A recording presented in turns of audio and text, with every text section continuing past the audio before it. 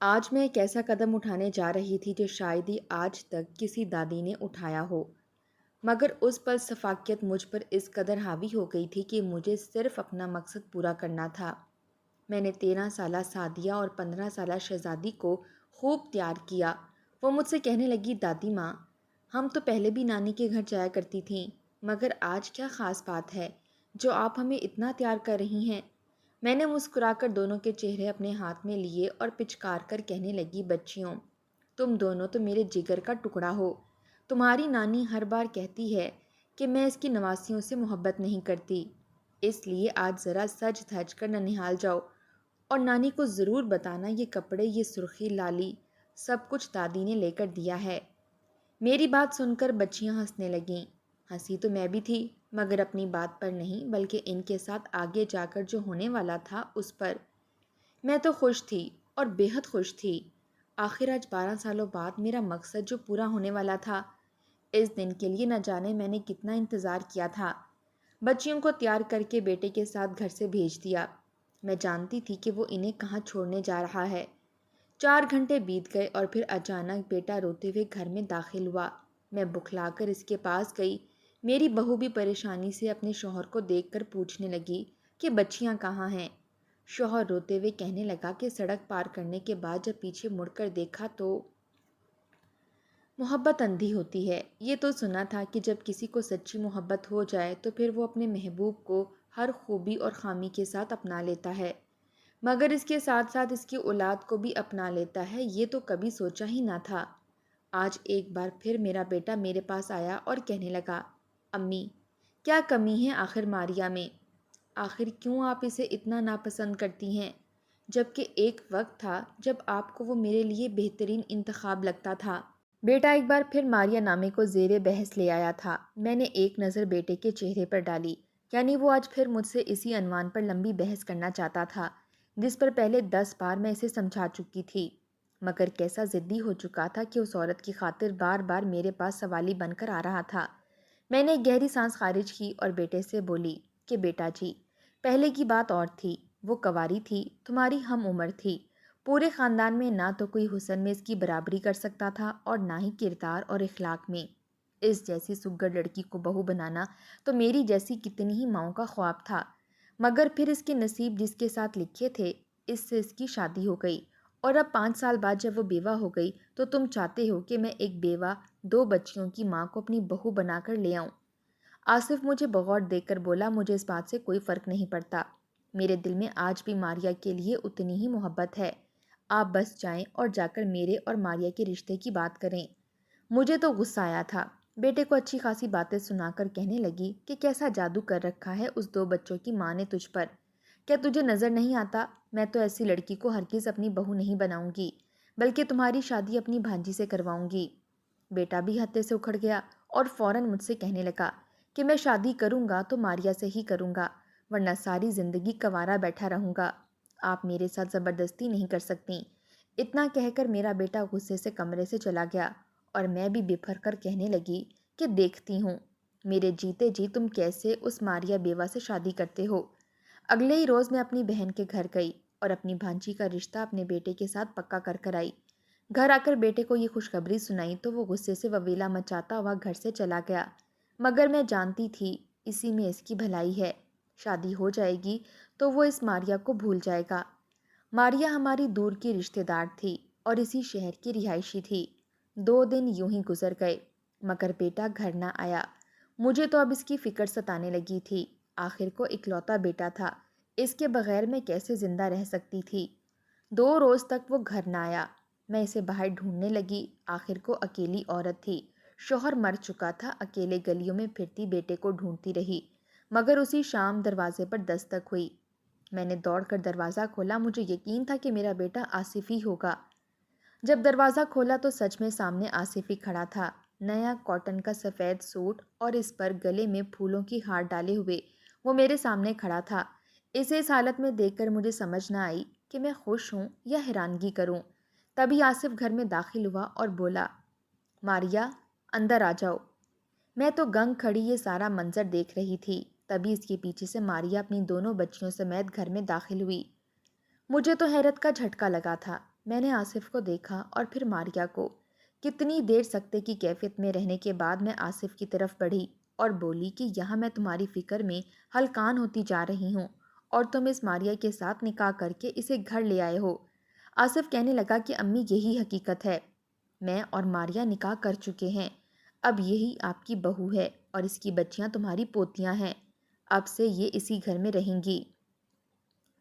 ماریا جو خاموشی سے کھڑی تھی، میں اس کی جانب بڑھی اور اسے مارنے لگی، مگر تبھی آصف نے میرا ہاتھ پکڑ لیا اور کہنے لگا خبردار، جو میری بیوی کو آپ نے ہاتھ بھی لگایا تو۔ بیٹے کا غصہ اور نافرمانی دیکھ کر مجھے شدید صدمہ لگا۔ میں روتے ہوئے کمرے میں چلی گئی اور اونچی آواز میں ماریا اور اس کی بچیوں کو بددعائیں دینے لگی۔ آخر کو ان تینوں نے مجھ سے میرا بیٹا چھین لیا تھا۔ کوئی بھی ماں اپنے بچے کے لیے غلط نہیں چاہتی، اس کی یہی دعا ہوتی ہے کہ اس کا بچہ ہمیشہ خوش و خرم رہے۔ میں نہیں چاہتی تھی کہ بھری جوانی میں ہی وہ 2 بچیوں کا باپ بنے، وہ بھی کسی اور کی اولاد کا، اور کل کو ان کو بھی بیاہ کر جہیز دیتا پھرے۔ کئی روز تک تو میں کمرے سے باہر ہی نہ نکلی۔ آخر آصف میرے پاس آیا اور ساتھ ماریا کو بھی لے کر آیا۔ اس نے مجھے سمجھایا اور ماریا بھی میرے پاس بیٹھ کر مجھے سمجھانے لگی کہ آپ کی ہر بات مانوں گی، آپ جو کہیں گی کروں گی، مزید ایسا رویہ رکھ کر آپ مجھے شرمندہ نہ کریں۔ بہرحال بیٹے کی خاطر اس کے منہ پر تو میں نے رضامندی ظاہر کر دی، دل ہی دل میں میرے وجود میں حقارت بھر چکی تھی۔ میں یہ فیصلہ کر چکی تھی کہ ایک روز ماریا اور اس کی بچیوں کو ایسا سبق سکھاؤں گی کہ میرا بیٹا خود ہی اسے چھوڑ دے گا۔ میں اسے اپنے بیٹے کی زندگی میں زیادہ دیر تک رہنے بالکل نہیں دوں گی، اور یہی فیصلہ میں نے خود سے کر لیا تھا۔ ماریا کی بچیوں کو اپنے سامنے دیکھ کر میرا خون کھولنے لگتا۔ مجھے وہ سوائے کیڑے مکوڑوں کے اس سے زیادہ اور کچھ بھی نہ لگتی تھیں۔ انہیں دیکھ کر مجھے شدید غصہ آنے لگتا، دل چاہتا کہ میں انہیں مار کر کچومر بنا دوں۔ آخر وہ کیوں میرے بیٹے کے سر پر مسلط ہو چکی تھی، مگر فی الحال مجھے صبر کرنا تھا۔ ایک دم سے اگر کچھ کرتی تو شاید شک مجھ پر ہی آتا۔ دھیرے دھیرے سارے گھر کی ذمہ داری ماریا نے سنبھال لی۔ جب بھی میرا بیٹا آصف گھر آتا تو ماریا کے لیے کچھ نہ کچھ ضرور لاتا اور بچوں کے لیے کھلونے اور کھانے پینے کی چیزیں لا کر دیتا، تو بچیاں اسے ابو ابو کہہ کر ساتھ لپٹ جاتیں۔ میں تو ہاتھ مسل کر رہ جاتی، دماغ کی نسیں اس قدر سختی سے سکڑتیں کہ جیسے میرا دماغ پھٹنے والا ہو۔ مجھے تو اب شدید الجھن سی ہونے لگی تھی۔ ایک روز ماریا کھانا بنا رہی تھی تو میں نے بہانے سے اسے باہر بھیج کر ہانڈی میں نمک تیز کر دیا۔ وہ قورمہ بنا رہی تھی جو کہ آصف کو بہت پسند تھا۔ رات کو جب آصف نے قورمہ کھایا تو اس میں اس قدر تیز نمک تھا کہ وہ غصے سے ماریا سے کہنے لگا کہ یہ کیا کھانا بنایا ہے، پہلے ہی گوشت اس قدر مہنگا ہے اور جو لایا ہوں اس کا ستیہ ناش کر دیا ہے۔ ماریا حیران تھی اور بار بار اپنی صفائی پیش کرتے ہوئے کہنے لگی کہ میں نے تو پورا ہی ڈالا تھا، پتہ نہیں کیسے تیز ہو گیا۔ مگر میں فوراً اچھی ساس کا ڈھونگ رچاتے ہوئے بولی کہ اچھا بیٹا کوئی بات نہیں، ہو جاتی ہے غلطی، ماریا پر پورے گھر کے ساتھ ساتھ بچیوں کی بھی ذمہ داری ہے، ایسی بھول چوک تو اکثر ہو ہی جاتی ہے، تم بلا وجہ ماریا پر مت برسو۔ دھیرے دھیرے میں نے آصف اور ماریا میں اتنی غلط فہمیاں جنم دے دیں کہ دونوں اکثر بات بات پر لڑنے لگے تھے، چھوٹی چھوٹی باتوں پر لڑائی کرتے رہتے۔ اب وہ اکثر لڑتے ہی رہا کرتے تھے، جبکہ میں ہر بار بہو اور بیٹے کو سمجھاتی رہتی کہ ایسا مت کرو۔ دونوں بچیاں اب بڑی ہو چکی تھیں، مگر اس کے باوجود آج تک میرے دل میں ان کے لیے محبت نہیں آئی تھی۔ ایک روز جب ماریا نہانے کے لیے گئی تو پیچھے میں نے جان بوجھ کر استری کی تار کو خراب کر دیا، اگر کوئی اس کو چھوئے تو اسے اچھا خاصا کرنٹ لگے۔ میں نے ماریا کی بڑی بیٹی سے کہا کہ جاؤ بیٹا استری لا دو، میں تمہارے ابو کے کپڑے استری کر دوں۔ بڑی بیٹی جب استری لینے کے لیے گئی تو سوئچ آن تھا، جو ہی اس نے استری کو ہاتھ لگایا تو اسے بجلی کا جھٹکا لگا، وہ دور جا گری، اس کا سر دیوار سے لگ چکا تھا۔ کتنی دیر وہ فرش پر لیٹی تڑپتی رہی اور چلاتی رہی، مگر میں دور کھڑی یہ منظر دیکھ کر دل ہی دل میں خوش ہوتی رہی۔ جب واش روم سے ماریا کے چلانے کی آواز آئی کہ کیا ہوا ہے بچی کو، وہ کیوں چلا رہی ہے، تب میں فوراً بھاگ کر اس کے پاس گئی اور جھوٹی ہمدردی اور احساس جتاتے ہوئے اسے اٹھانے لگی۔ مجھے دیکھ کر وہ بچی مزید رونے لگی اور بولی کہ دادی استری میں تو کرنٹ تھا، مجھے درد ہو رہا ہے۔ اس کا وجود ابھی بھی کانپ رہا تھا، جبکہ اس کا ہاتھ بالکل ہی نیلا پڑ چکا تھا۔ میں نے اسے کہا کہ اگر مجھے پتا ہوتا کہ ایسا ہو سکتا ہے تو کبھی بھی تمہیں نہ بھیجتی۔ میں مگرمچھ کے آنسو رونے لگی تھی۔ بہرحال آصف اور ماریہ نے اسے صرف ایک حادثہ ہی جانا اور جلد ہی بھول گئے۔ کچھ روز گزرے تو میں نے ماریہ کی چھوٹی بیٹی کو اپنے پاس بلایا اور جان بوجھ کر بغیر کسی غلطی کے اس پر الزام لگا کر اسے مارنا شروع کر دیا۔ وہ بچی روتی ہوئی اپنی ماں کے پاس گئی اور جا کر کہنے لگی کہ دادی مجھے بلا وجہ مارنے لگی ہے۔ وہ سسک سسک کر رو رہی تھی اور میری شکایت لگا رہی تھی۔ ماریہ کے ماتھے پر بل پڑ گئے۔ اس وقت ماریہ میرے پاس آئی اور آ کر کہنے لگی کہ آنٹی، آپ نے آخر بچی کو کیوں مارا ہے؟ میں فوراً چہرے پر سنجیدگی لا کر بولی کہ بہو، تمہاری اس بچی نے کام ہی ایسا کیا ہے۔ یہ بار بار سرکٹ سوئچ بورڈ میں یہ چمچ اٹھا کر دے رہی تھی۔ اگر میں اس کو منع نہ کرتی تو اس کے ساتھ بھی وہی کچھ ہوتا جو تمہاری بڑی بچی کے ساتھ ہوا۔ اب کیا میرا اس پر اتنا بھی حق نہیں کہ میں اسے منع کر سکوں؟ میں تو جھوٹے آنسو بہانے لگی تھی۔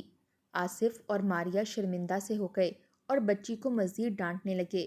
یوں ہی کرتے کرتے میں نے کئی سازشیں رچیں اور دھیرے دھیرے آصف کا دل ماریہ اور اس کی بچیوں سے بدگمان کر دیا۔ میں نے آصف کو اب دوبارہ سے اپنی مٹھی میں کر لیا تھا اور اسے کہنے لگی کہ بیٹا، ذرا دھیان سے میری بات پر غور و فکر کرو۔ تمہاری آمدنی ہی کیا ہے؟ ایک پرائیویٹ اسکول میں جاب کرتے ہو، اتنا ہی کما پاتے ہو جو ہم ماں بیٹا اور تمہاری بیوی 2 وقت کا کھانا کھا لیتی ہیں۔ کل کو یہ ماریہ کی بچیاں بڑی ہوں گی، جوان ہوں گی اور پھر ان کی شادی بھی کروانی ہوگی، جہیز بھی دینا پڑے گا۔ تم اس معاشرے کو جانتے تو ہو، جب تک باپ ٹرک بھر کر جہیز نہ دے تو بیٹی اپنے گھر میں رخصتی نہیں ہوتی۔ تو اتنا سب کچھ بھلا اب پرائی اولاد کے لیے کہاں سے کرو گے؟ آصف میری بات کو کچھ سمجھنے لگا تھا۔ میں نے اس کا دماغ پوری طرح سے واش کر دیا تھا۔ میں اسے سمجھاتی رہتی کہ بیٹا، سوچ سمجھ کر فیصلہ کرنا۔ یہ لڑکیاں تو تمہیں ناکو چنے چبوا دیں گی۔ تمہاری سگی اولاد تو کوئی ہے نہیں۔ اگر ہو بھی جائے تو ماریہ پھر بھی جتنی محبت اپنی 2 بیٹیوں سے کرتی ہے اتنی تمہاری اولاد سے ہرگز نہیں کرے گی۔ دھیرے دھیرے آصف ماریہ سے بھی بدگمان ہوتا گیا اور پھر ان بچیوں کو بھی خود سے دور کرنے لگا۔ ایک روز ان کی پڑھائی کے خرچے اور ضروریات سے تنگ آ کر مجھ سے کہنے لگا کہ اماں، مجھے مشورہ دو، میں ایسا کیا کروں جو میری ان بچوں سے جان چھوٹ جائے۔ ماریہ کو تو برحال میں نہیں چھوڑنا چاہتا، کیونکہ وہ جیسی بھی ہے میری بیوی ہے، مگر میں مزید دوسروں کی اولاد کا خرچہ نہیں اٹھا سکتا۔ مجھے اب احساس ہو رہا ہے کہ میں نے اس وقت تمہاری بات نہ مان کر کتنی بڑی غلطی کر دی تھی۔ اگر میں تمہاری بات مان کر ماریہ سے شادی نہ کرتا تو شاید میری زندگی اس قدر مشکل نہ ہوتی۔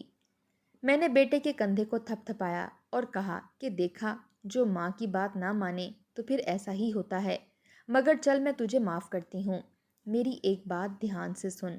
میں نے بیٹے کو مشورہ دیا، جس پر اس کا چہرہ پہلے تو زرد ہوا مگر پھر کچھ سوچ کر کہنے لگا کہ ہاں، یہی بہتر ہے، ایسا ہی کرتا ہوں۔ میرے من میں تو لڈو پھوٹ رہے تھے کہ چلو جان چھوٹ جائے گی بچیوں سے۔ میں نے بچیوں کو اچھے سے کپڑے پہنا کر تیار کیا۔ وہ اتنا تیار ہو کر خوش ہو گئی تھیں۔ مجھے کہنے لگیں کہ دادی، ہمیں اتنا تیار کیوں کر رہی ہو؟ ہم تو پہلے بھی نانی کے گھر جایا کرتی تھیں، مگر آج اتنا تیار کر کے آپ ہمیں وہاں کیوں بھیج رہی ہیں؟ میں مسکرا کر بچیوں کے گال پچکاتے ہوئے کہنے لگی کہ تمہاری نانی جو ہر وقت گلہ کرتی رہتی ہیں کہ میں اس کی نواسیوں سے محبت نہیں کرتی، اس لیے آج جا کر اپنی نانی کو بتانا کہ دادی نے ہمیں اپنے ہاتھوں سے تیار کیا ہے اور یہ سوٹ بھی دادی نے ہی دلا کر دیا ہے۔